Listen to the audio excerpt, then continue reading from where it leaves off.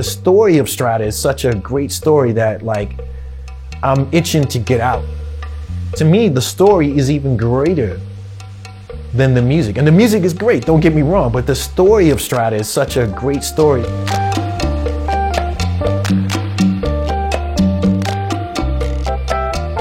Although Strata didn't last that long, they only had like 6 records, and they were from 1973 to 75. They had a huge impact on the city because not only just because of music, but because of what they did in terms of helping the community. It's not just a label, it's more like a movement, I think, that had also recordings and releases. One of the things that most people don't know is that Strata Records started the first jazz music program at Oberlin College in Oberlin, Ohio in 1970. You know, so they were about education. They wanted to educate people about music. The music that they were playing at that time, back in the 60s, was a little bit esoteric for the general public, and they needed a place to play. So we opened our own concert gallery. It was a coffee house. They also created their own booking agency so that the artists on the label or other artists that were affiliated or associated with the label could get booked at shows. They had their own publishing company, Synergy Publishing. They had everything in-house, so it was like an artist-run label for artists. You know what I mean?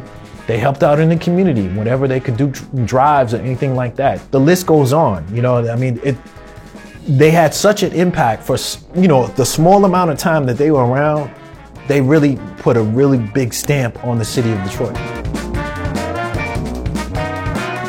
Even before I moved to Berlin, when I started my label in 2012, one of the first things I decided to do besides issuing on the catalog was to get a band to reimagine this catalog.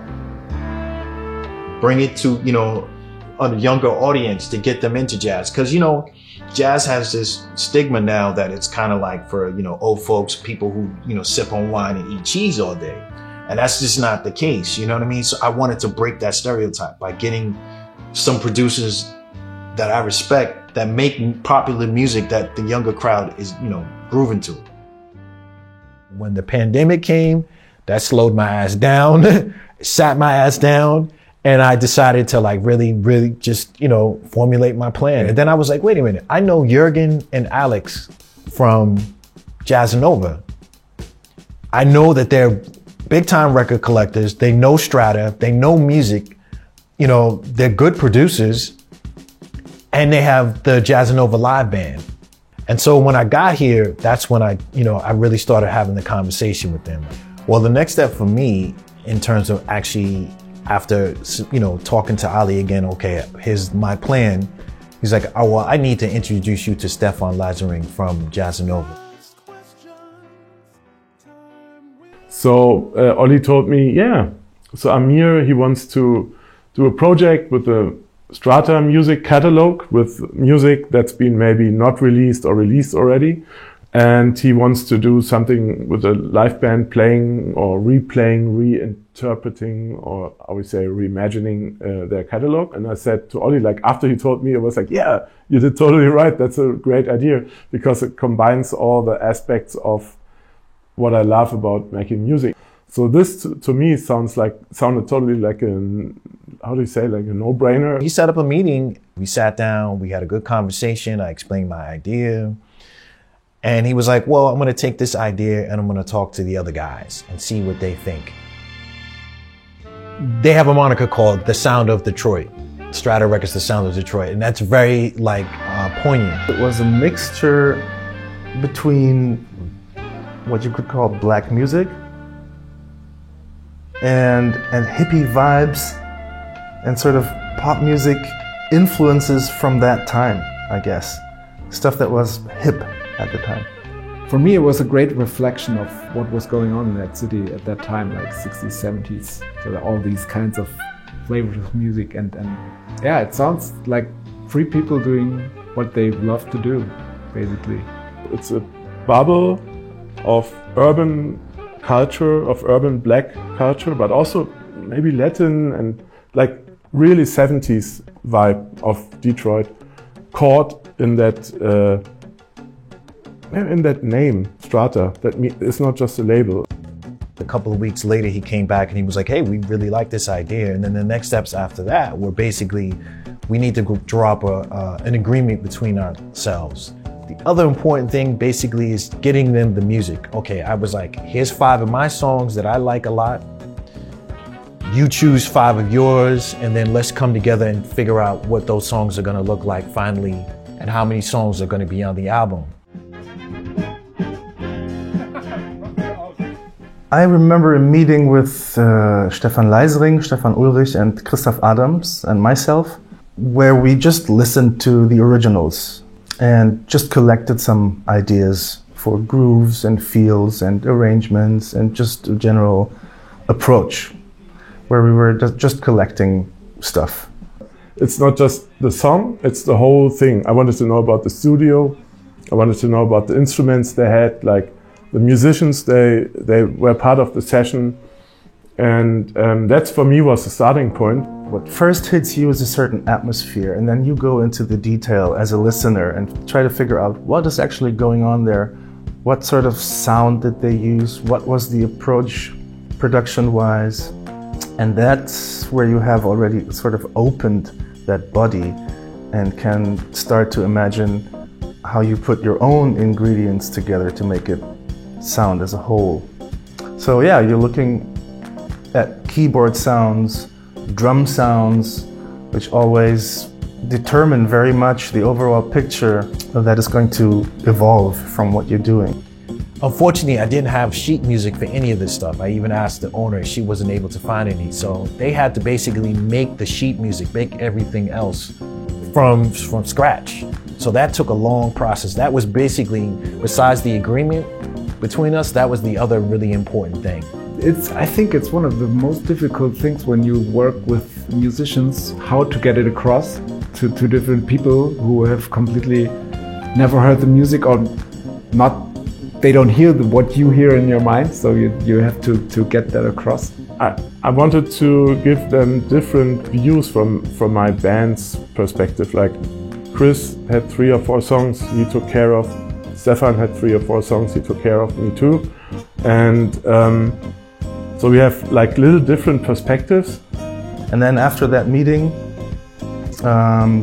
the 3 guys, Christoph and the 2 Stefans, started to do some production sketches we used for the rehearsals, where we then came up with more concrete versions or just tried out things for them to take home and think about and rearrange. I had to be quite inventive with my rearranging these tunes, because I had 3 tunes which came quite strongly from the jazz field. Let's say then you have a active drummer here with the right cymbals and things like Elvin Jones, and a bass player doing walking bass and modal things. Something might sound like McCoy Tyner. So I had to think quite a lot how to put this in a context where we have, with a beat or something like that, to give it a bass riff. If something is modal, maybe give it a bass riff or give it a kind of groove which resembles the original or it has elements of the original but has some other things. I'm not the guy who writes out complete arrangements and give it because I'm just maybe too lazy and also too messy in my head to just. So I gave some really, really messy sheets to to the guys, and they were laughing. I knew that I wanted to have a single, and a single that had vocals, because that, being a music industry head, that a song with vocals is going to go longer. It has single potential more so than an instrumental, right? So to me, the best vocal tracks that they chose was Creative Musicians. So we got to get this right. The story of Creative Musicians is quite interesting between Stefan and me. Like we made a selection of which songs could we play. And I was like, no, let's not do Creative Musicians, because it's like a holy grail track to many people and you can only do wrong. And actually also like when someone is saying, oh, it's too much like the original, other one saying it's so different from the original, but we just did do it our way. It's like you don't do it for other people, you do it for yourself. My thoughts were like, we should keep it danceable. Like it's about grooves and dancing. First of all, what happened in the rehearsal was, you know, we tried to do what Stefan, I think it was in this case, what he was arranging. He had an idea of how the drums should play. And the groove that Stefan Leisering suggested for it is sort of a Jaki Liebezeit Can kind of beat. Maybe I don't have to describe it. It's Jaki Liebezeit. He has a certain type of drumming. It has also some Afro influence, but it also has something kind of German. I don't know how to explain it. It already announced, when Can did what they did, it announced sort of an electronic approach to music where it's droney and the groove just keeps rolling.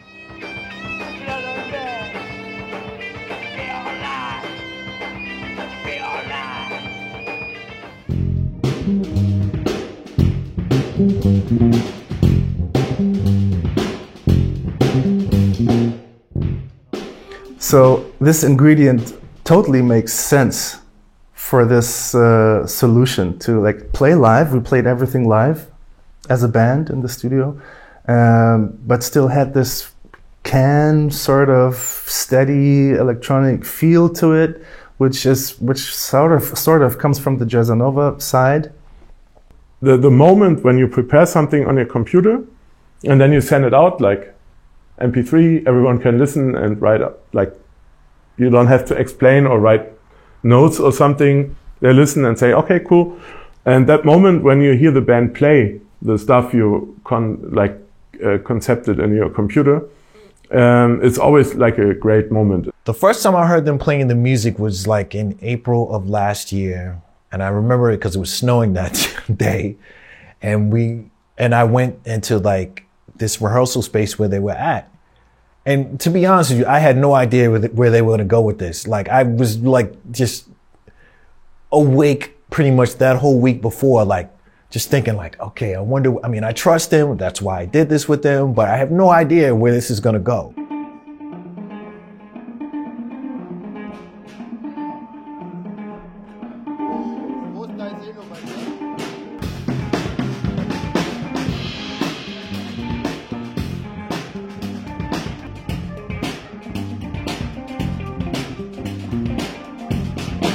And just from the first drum roll that Jan did, I was like, okay, this is where I didn't know this is where I wanted them to go, but this is where I want them to go. You know what I mean? It was like that kind of feeling. And I was like, all right, this is dope. I'm feeling good about this. The first rehearsals were just the rhythm section. And I'm like, this sounds great, but I'm dying to hear the vocalist. You know, like I really want to hear how he's going to work with this song, work within what the structure that they have. And I know that I paid for a horn section, so I want to know what the horn, I want to know what the horn section sounds like.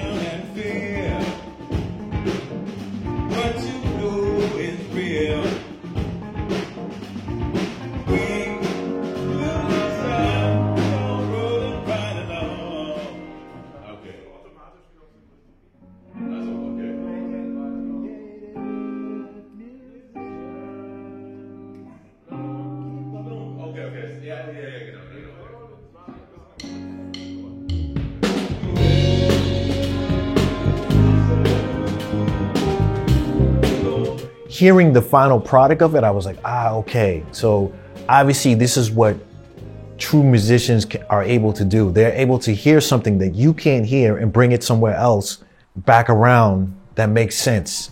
And that was, to me, the important difference that I felt like they brought to this record. Now I'm here 2 years later, and it was really like one of the best projects I ever did, because it also kind of activates you in another way. You don't write own songs, you work with other people's creativity, what they wrote, and turn it into your thing, kind of like your own interpretation.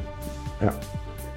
We can't just have the story of Michael Jackson, which is a great story, or the story of Prince, great story.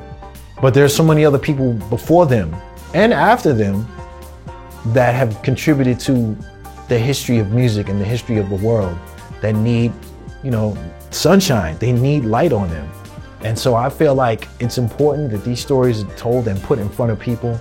You know, that's how history works. You know, we have to know our history so that we can have a better future. I just want people to know that the story of Strata, the story of whoever it may be, is a story of all of us. And we need to pay attention to it so that we can have a better future for ourselves.